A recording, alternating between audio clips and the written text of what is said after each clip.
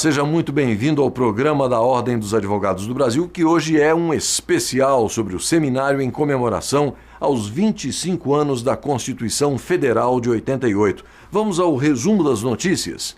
Ministros e juristas participam da homenagem da advocacia ao Jubileu de Prata da Constituição Federal. Painel debate limite entre soberania popular e controle constitucional. Especialistas falam sobre os impactos gerados após a promulgação da Carta Magna e do Estado Democrático de Direito. OAB propõe a inclusão de um novo inciso no artigo 5º da Lei Maior para assegurar direitos do investigado. E ainda, Conselho Federal da Ordem defende respeito à livre manifestação dos cidadãos e pede protestos pacíficos. Você confere tudo isso aqui, agora, no programa OAB Nacional.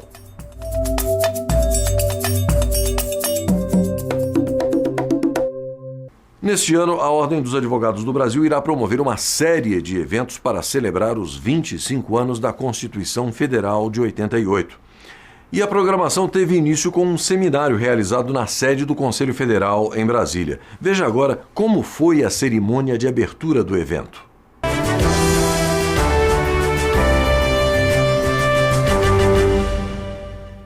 O primeiro dos 3 eventos que serão realizados pela Ordem dos Advogados do Brasil em comemoração ao Jubileu de Prata da Carta Magna Brasileira foi marcado por palestras e debates que traçaram uma análise da Constituição Federal. O seminário foi aberto pelo presidente nacional da OAB, Marcos Vinícius Furtado Coelho. A Ordem dos Advogados do Brasil, representando o sentimento da advocacia brasileira, se mobiliza para um ano de comemorações ao aniversário de nossa Constituição de 1988, a Constituição Cidadã, no dizer de Ulisses Guimarães. 25 anos de vigência do texto constitucional, que é um marco no constitucionalismo brasileiro e na história da estabilidade política do Brasil. A Lei Fundamental do Brasil, vigente, é exemplo para o constitucionalismo contemporâneo, em face de sua Carta de Direitos e limitações dos poderes. Marcos Vinícius destacou que a Constituição foi a primeira a positivar os direitos e garantias fundamentais como cláusulas pétreas no Brasil. A nossa lei máxima, com sua ampla gama de direitos fundamentais, entre os quais os direitos políticos, sociais, culturais, econômicos, individuais, e tantas liberdades e garantias asseguradas, e um amplo leque de princípios e regras a mediar a concretização de todos eles, tornou-se um símbolo para o direito constitucional contemporâneo. Necessário destacar que fora a primeira Constituição brasileira a positivar, expresse claramente os direitos e garantias fundamentais como cláusulas pétreas. Ao falar sobre a importância das comemorações dos 25 anos da Lei Maior, o presidente da Ordem ressaltou o papel da advocacia na manutenção da Carta em prol da democracia brasileira e do Estado de Direito.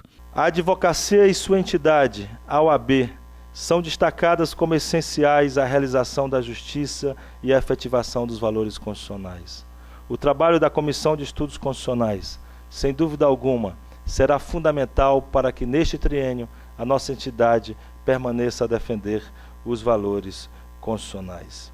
E finalizou seu discurso desejando vida longa à Constituição brasileira, considerada um marco nacional e do mundo. Longa e bela vida à Constituição brasileira de 1988.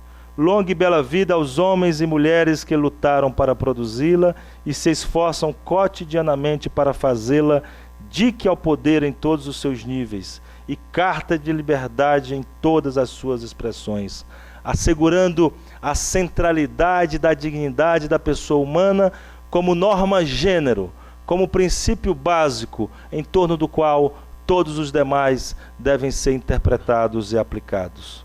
O patrono do seminário, constitucionalista Paulo Bonavides, que não pôde estar presente por motivos de saúde, foi saudado pelo ministro nomeado para o Supremo Tribunal Federal, Luiz Roberto Barroso. Um homem certamente à frente do seu tempo, um homem de ideias, um homem que foi estudar fora e foi para os Estados Unidos, ainda como jornalista, ainda nem jurista ele era, e foi numa visão cosmopolita da vida, passou uma temporada em Harvard, aperfeiçoou-se e trouxe parte dessa experiência. Barroso ressaltou que Paulo Bonavides foi importante para a introdução de 5 transformações ao direito constitucional contemporâneo no Brasil. A primeira transformação do direito em geral foi a superação do formalismo jurídico.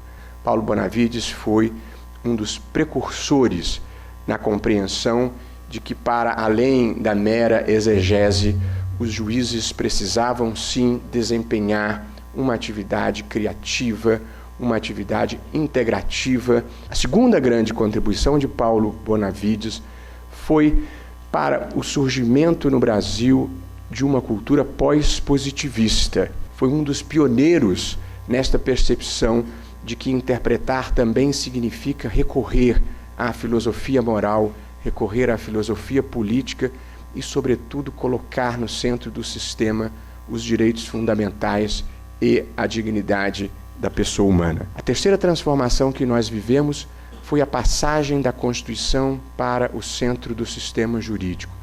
O bom e velho direito civil deixa de ser o centro do sistema, a Constituição passa para ser o centro do sistema, e Paulo Bonavides também, nesse particular, foi um dos pioneiros na elaboração teórica da constitucionalização do direito.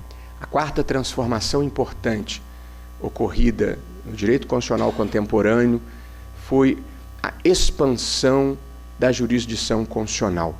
O professor Paulo Bonavides foi um dos teóricos e um dos elaboradores desta criação e do aprofundamento da jurisdição constitucional no Brasil. E, por fim, uma última transformação muito relevante do direito constitucional contemporâneo foi o surgimento de uma nova interpretação constitucional.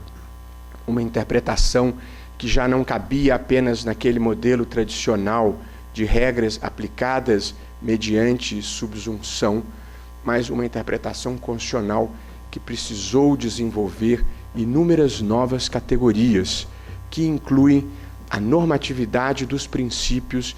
E aí, de novo, o professor Paulo Bonavides foi um pioneiro, e aqui pioneiro mesmo, nesta passagem dos princípios constitucionais para o centro da interpretação jurídica. Já o vice-presidente do Supremo Tribunal Federal, ministro Ricardo Lewandowski, realizou a Conferência Magna de Abertura.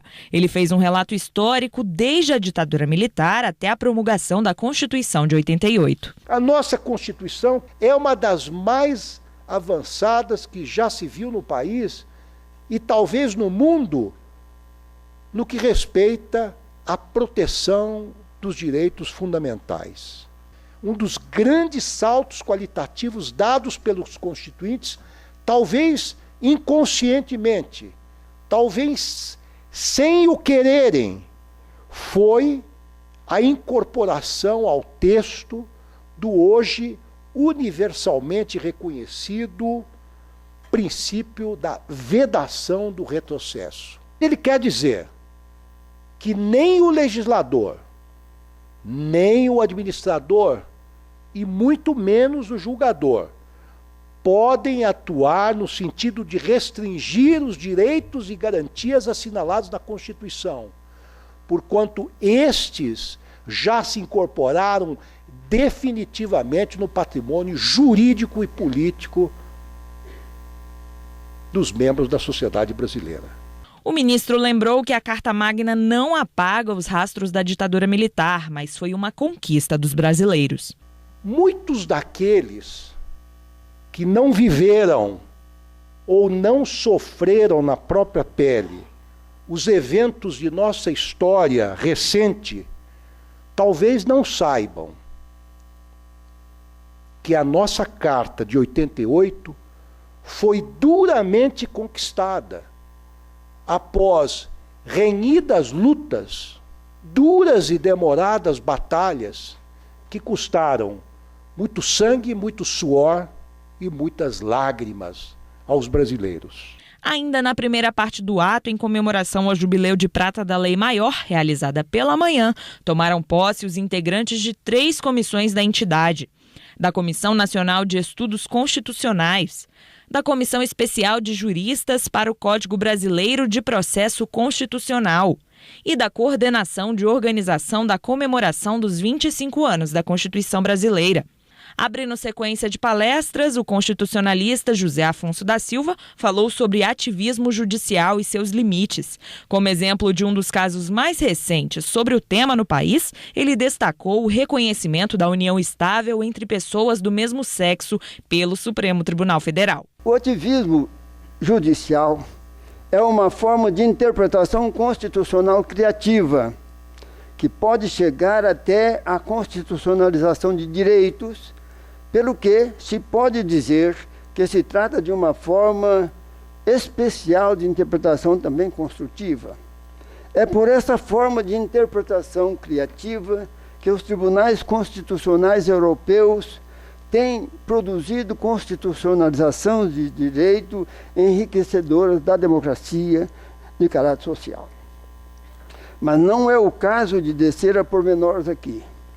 Basta lembrar 2 exemplos de constitucionalização de direitos que demonstram quanto a interpretação criativa é capaz de penetrar no âmago da Constituição para, de seu contexto, revelar a mais funda significação, para além do seu conteúdo manifesto, sem, no entanto, ultrapassar os limites que a sua pauta de valor circunscreve.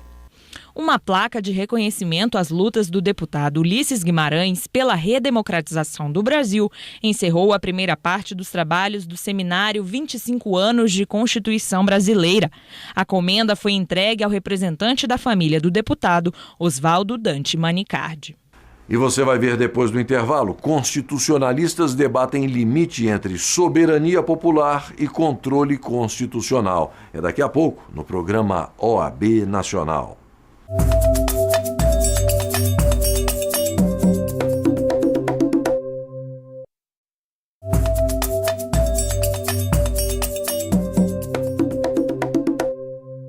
O limite entre a soberania popular e o controle constitucional foi tema do primeiro painel de debates do seminário em comemoração ao Jubileu de Prata da Carta Magna, promovido pela OAB. Vamos conferir o que constitucionalistas disseram sobre esse assunto na reportagem de Lívia Monteiro.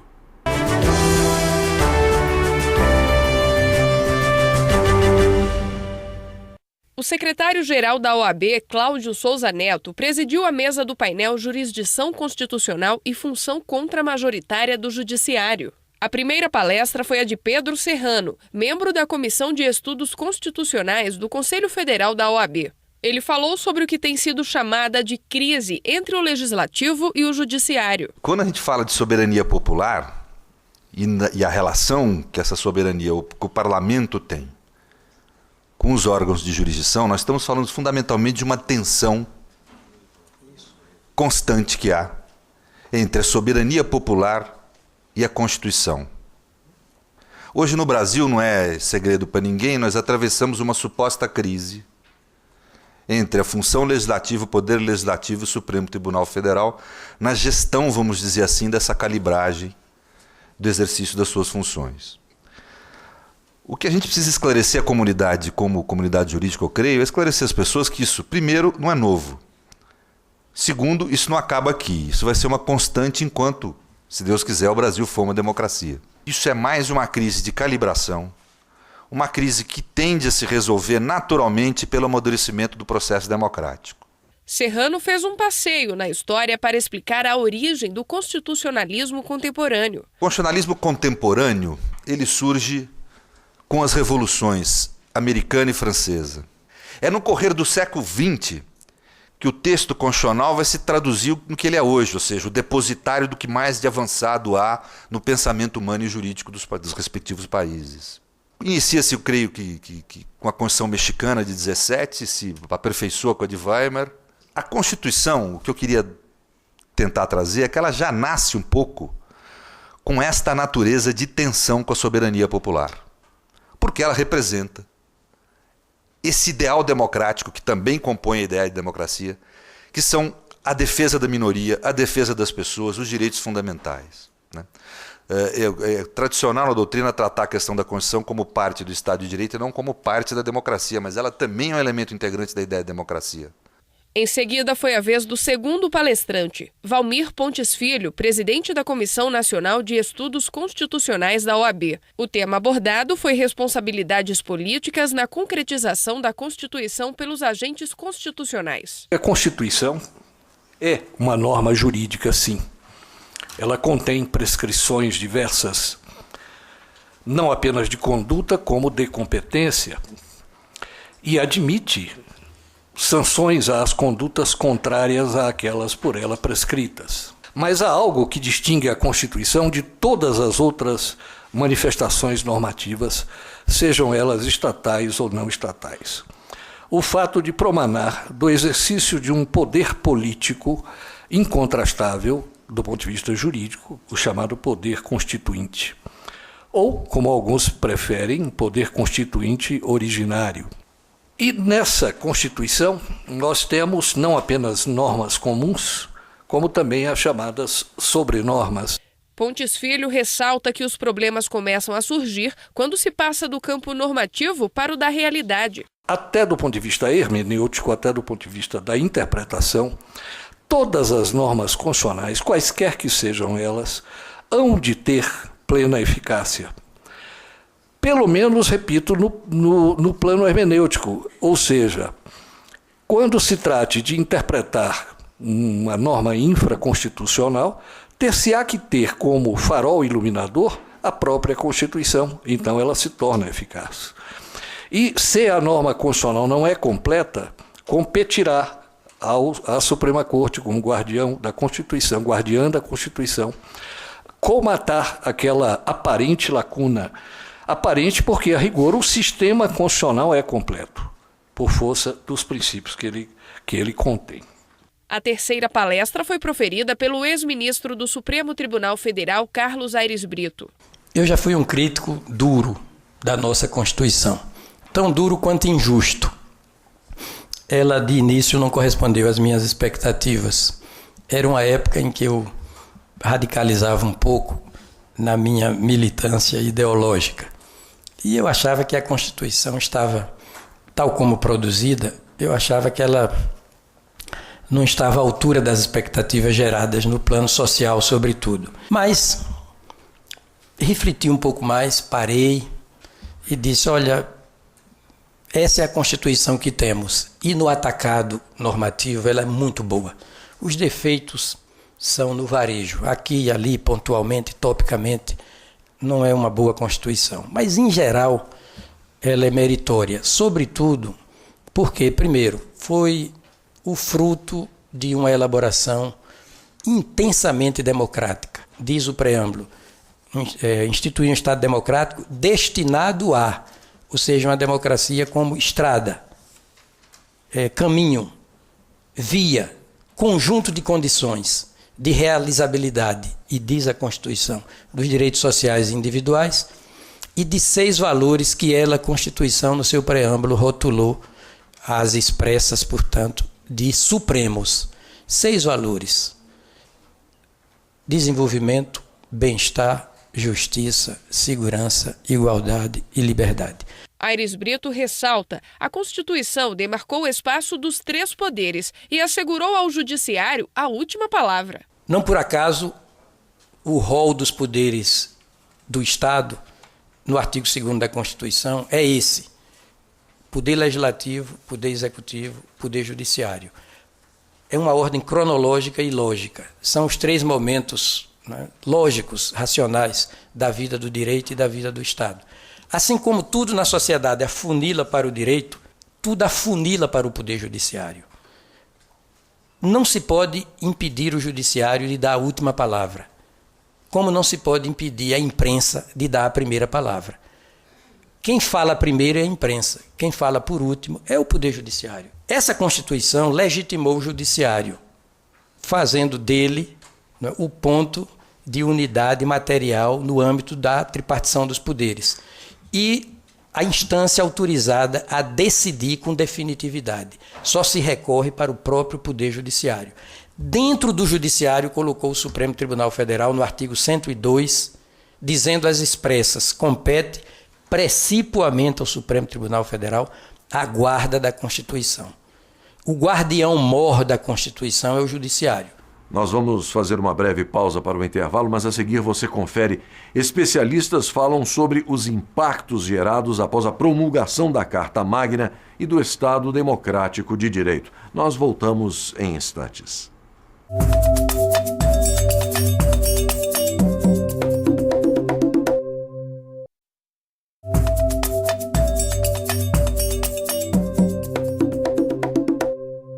O segundo painel de debates do seminário 25 anos da Constituição Federal de 88 fez um balanço dos impactos gerados após a promulgação da Carta Magna e do Estado Democrático de Direito no país. Confira como foram as palestras na reportagem de Daniela Máximo.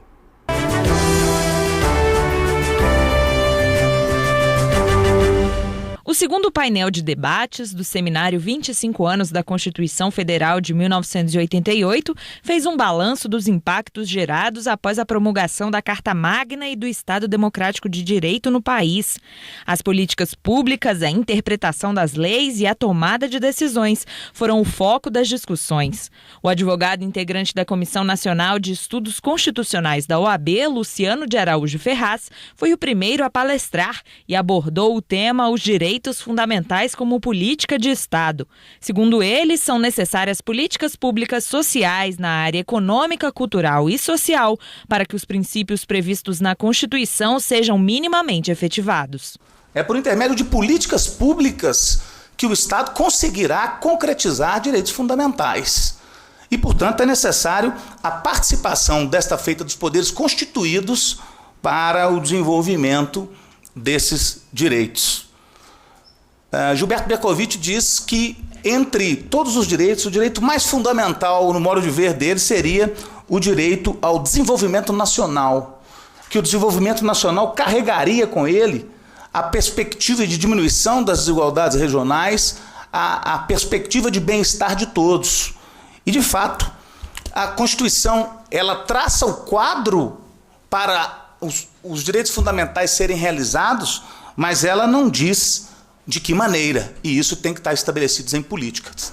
Tem que estar estabelecidos em políticas que devem ser encaradas não como política de governo, uma política que começa e termina em 4 anos, mas como política de Estado, dentro de uma perspectiva de continuidade. Queremos nós que as políticas sejam políticas perenes, que sejam políticas gradativas em termos de efetivação de direitos fundamentais, mas também que sejam políticas factíveis. Não adianta estabelecermos nós condições para os direitos serem realizados se nós mesmos, que bancamos a estrutura do Estado, não temos condições de arcar com ele. Ferraz sustentou que, para tornar as políticas públicas eficazes, é preciso ver os direitos fundamentais de forma mais objetiva. A perspectiva objetiva, já destacada por Vieira de Andrade, ela mostra o ponto de vista da própria comunidade, mostra que nós temos, a partir desses direitos, fins a serem perseguidos para a realização desses direitos fundamentais. E esses fins, eles estão dispostos na nossa Constituição Federal. O desenvolvimento nacional, a erradicação da pobreza, a diminuição das desigualdades regionais, o bem-estar de todos, que são finalidades a serem cumpridas pelo nosso Estado a partir dos desígnios da Constituição. Outro tema tratado no painel A Constituição Federal 25 anos depois foi interpretação e aplicação das normas ordinárias de processo em conformidade com normas fundamentais de garantia processual. Desta vez, quem falou sobre o assunto foi o ministro aposentado do Supremo Tribunal Federal, Carlos Mário da Silva Veloso, que afirmou que as leis devem ser elaboradas com justiça e racionalidade. É limite ao poder legislativo, no sentido de que as leis devem ser elaboradas com justiça e racionalidade. A ação estatal não produzirá lesões aos interesses privados. As leis devem ser justas, devem ser razoáveis, devem guardar um real e substancial nexo com o objetivo que se quer atingir na lição de Oliver Holmes. Para o ministro, os advogados são responsáveis pela proteção das garantias do povo brasileiro. De garantias incumbimos-nos nós, os advogados, os juízes, no exercitar as medidas judiciais garantidoras de direitos. E quando pontualmente aplicamos os princípios constitucionais, acreditando que a Constituição é o escudo dos indivíduos e o judiciário a sua garantia, fazendo-a viva. É importante, meus amigos, meus colegas, não esmorecer. E o fato de estarmos aqui a celebrar esses princípios constitui a certeza de que não nos esmoreceremos jamais. Para encerrar a tarde de palestras, o assunto abordado foi direito penal no século XXI. O vice-presidente da Assembleia Legislativa de São Paulo e procurador de Justiça licenciado, Fernando Capês, foi o responsável em falar sobre o tema e destacou o que para ele é a parte mais importante da Constituição Federal, o caput do artigo 1º, que diz que o Brasil se constitui num Estado democrático de direito. Esta expressão, redefinindo o perfil político constitucional do Estado brasileiro, mudou dramaticamente para o bem o conteúdo, a interpretação e a aplicação do direito penal. O que significa Estado democrático de direito? Significa o Estado comprometido com a busca. O Estado democrático de direito é aquele que se preocupa com a igualdade no plano formal, é óbvio. O princípio da igualdade, todos são iguais perante a lei é igual para todos. Mas também com a igualdade no plano formal, no plano material. E aí a gente vê uma série de dispositivos da Constituição compelindo normativamente, não politicamente, normativamente o Estado a buscar a redução das desigualdades sociais. Em sua exposição, Capês afirmou que o direito penal foi o mais impactado pelas modificações ocorridas com a Constituição de 1988. O direito não é uma ciência hermética que se aprende em bibliotecas fechadas. O direito é uma ciência eminentemente social. O referencial sociológico está na pauta hermenêutica do cotidiano do direito. Muito mais do que nos livros, o direito está nas ruas, nas relações sociais, dialéticas, nas interações, na nossa prática do cotidiano. O operador do direito, ele tem que estar com os pés fincados na realidade social. E por esta razão, é impossível dissociar o direito do contexto político e social no qual ele se encontra inserido. E no próximo bloco, a OAB propõe a inclusão de um novo inciso no artigo 5º da Lei Maior para assegurar direitos do investigado. E ainda, Conselho Federal da Ordem defende respeito à livre manifestação dos cidadãos e pede protestos pacíficos. Você não pode perder. Até já.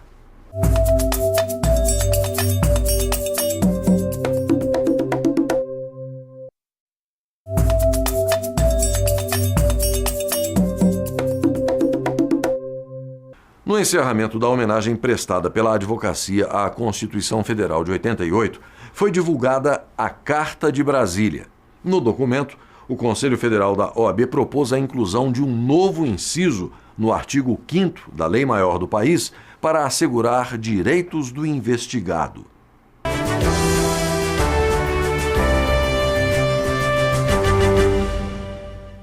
Ao final do seminário, em comemoração aos 25 anos da Constituição Federal, o presidente Marcos Vinícius Hurtado destacou as razões de realizar um evento como esse. A diretoria do Conselho Federal deliberou por realizar tal comemoração, tal festividade, porque acreditamos na força do projeto de nação proposto pela Constituição Federal.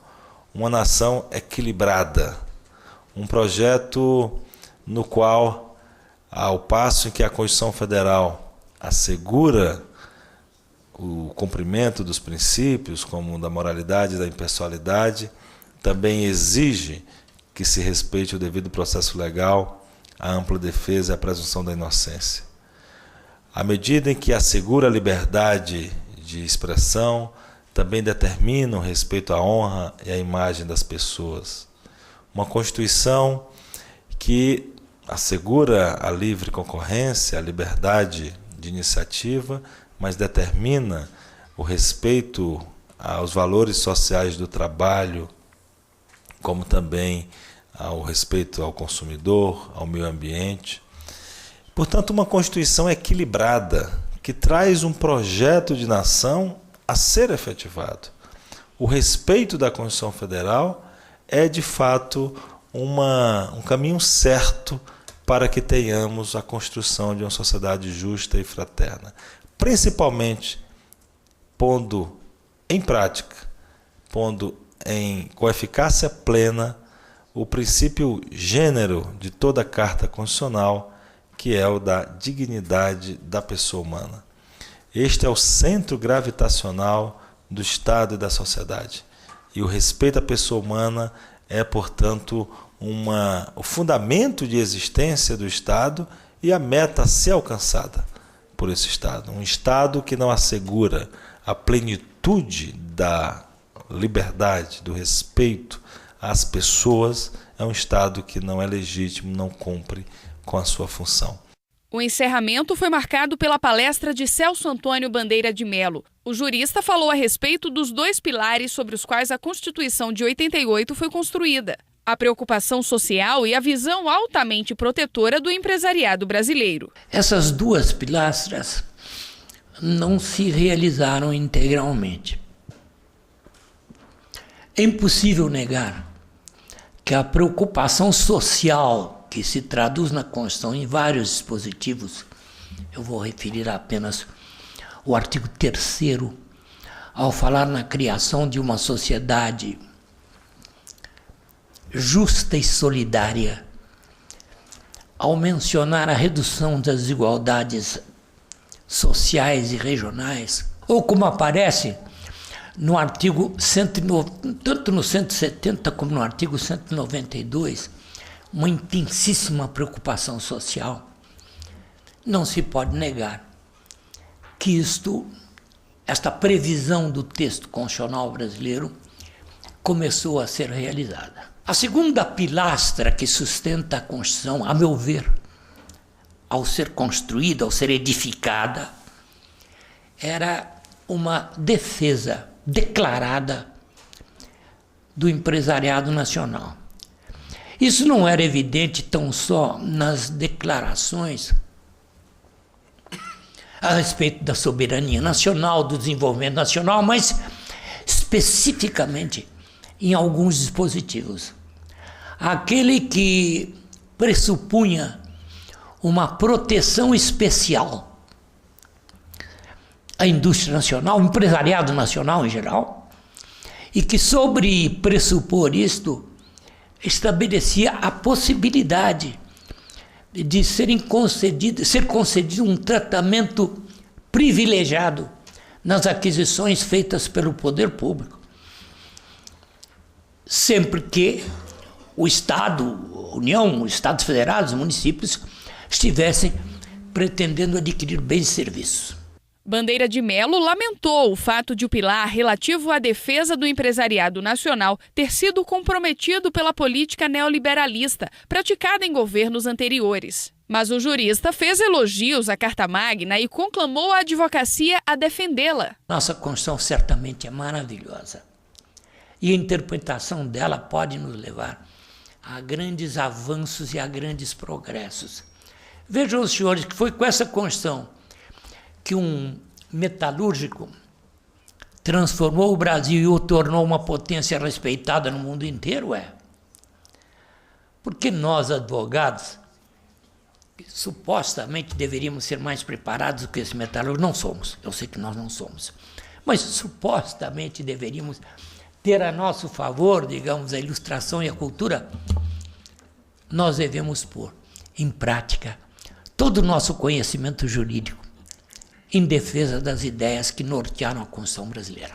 A Carta de Brasília, lida ao final da solenidade, foi uma homenagem do Conselho Federal da Ordem dos Advogados do Brasil. A entidade propôs a inclusão de um novo inciso no artigo 5º na Carta Magna. Não há espaço no Estado Democrático de Direito para procedimentos estatais inquisitoriais. Por isso, é proposto aprimoramento do devido processo legal com a seguinte redação para um novo inciso, o 79 do artigo 5º da Constituição da República. Fica assegurado a qualquer investigado, em qualquer procedimento investigatório, o direito de apresentar razões, assistido por advogado. Quem acompanhou toda a programação do evento fez um balanço do seminário promovido pela Ordem para celebrar o Jubileu de Prata da lei maior do país. Me agradou, foi um evento que de fato contribuiu e agregou conhecimentos na minha formação profissional e intelectual. O presente simpósio de Direito Constitucional foi muito bom, de tamanha envergadura, com doutrinadores, renomados, e achei muito importante a OAB, como Casa Democrática, estar discutindo os atuais 25 anos da Constituição para até a melhoria da eficácia social do texto constitucional e aplicabilidade da atual Constituição Federal. Está de parabéns, Conselho Federal, a OAB, toda a equipe, meus sinceros agradecimentos. E antes de terminarmos o programa de hoje, uma última notícia. A Ordem dos Advogados do Brasil divulgou uma nota pública defendendo o respeito à livre manifestação dos cidadãos brasileiros. A entidade também pede aos manifestantes que conduzam os protestos de forma pacífica. Diante dos vários protestos realizados por todo o país, o Conselho Federal da Ordem dos Advogados do Brasil se posicionou sobre as manifestações. Segundo o presidente nacional da OAB, Marcos Vinícius Furtado, é preciso que haja diálogo com as autoridades para assegurar a realização dos atos de forma pacífica. A Ordem dos Advogados do Brasil ressaltou a sua defesa, o seu compromisso com a liberdade de manifestação, com a livre expressão de todos os brasileiros. Afinal, vivemos uma sociedade plural, democrática, em que devemos respeitar a divergência de opinião. Contudo, a Ordem entende que as manifestações devem ser feitas de tal modo a preservar a incolumidade física das pessoas. Não pode haver agressões, não pode haver ofensas, principalmente o Estado não pode perder a cabeça. O Estado deve estar preparado para funcionar, preservar as instituições, preservar o patrimônio público e privado, mas principalmente, fundamentalmente, preservar a vida das pessoas. Portanto, o Estado e principalmente a Polícia Estatal deve ter uma educação para os direitos humanos e deve ter uma preparação para uma solução pacífica dos conflitos. Não deve ter como uma reação uma medida desproporcional às manifestações ocorridas. Um grupo de manifestantes que participou dos protestos em Brasília foi recebido por Marcos Vinícius na sede do Conselho Federal. Eles solicitaram o apoio da Ordem ao direito de livre manifestação. Em conjunto com a OAB do Distrito Federal, designamos um observador da Comissão de Direitos Humanos para acompanhar as manifestações e também designamos advogados para acompanhar as correições e os inquéritos em relação aos eventuais excessos cometidos por parte de autoridades policiais. Porque agindo com equilíbrio, com prudência, de parte a parte, nós iremos bem mais contribuir para a edificação de um Estado democrático de direito em que todos possam se manifestar de forma pacífica, sem que haja excessos e sem que haja uma agressão do Estado contra os manifestantes. Desde o início do mês, protestos contra o ajuste de passagens, a falta de investimentos em saúde, educação e segurança, além dos gastos com a Copa do Mundo, movimentam as principais capitais do país. Para o presidente da OAB, é preciso que os manifestantes tenham cautela. A OAB lançou um apelo aos manifestantes no sentido de um comportamento sem excesso, sem vandalismo, mas principalmente conclamou as autoridades públicas no sentido de que elas permitissem o livre manifestar do pensamento, o que seria cumprir um dos direitos fundamentais constantes na Constituição Federal, que comemoramos os seus 25 anos ao longo deste 2013. Hoje nós ficamos por aqui, mas na semana que vem estaremos de volta com mais um programa OAB Nacional. Um abraço a todos e até o nosso próximo encontro.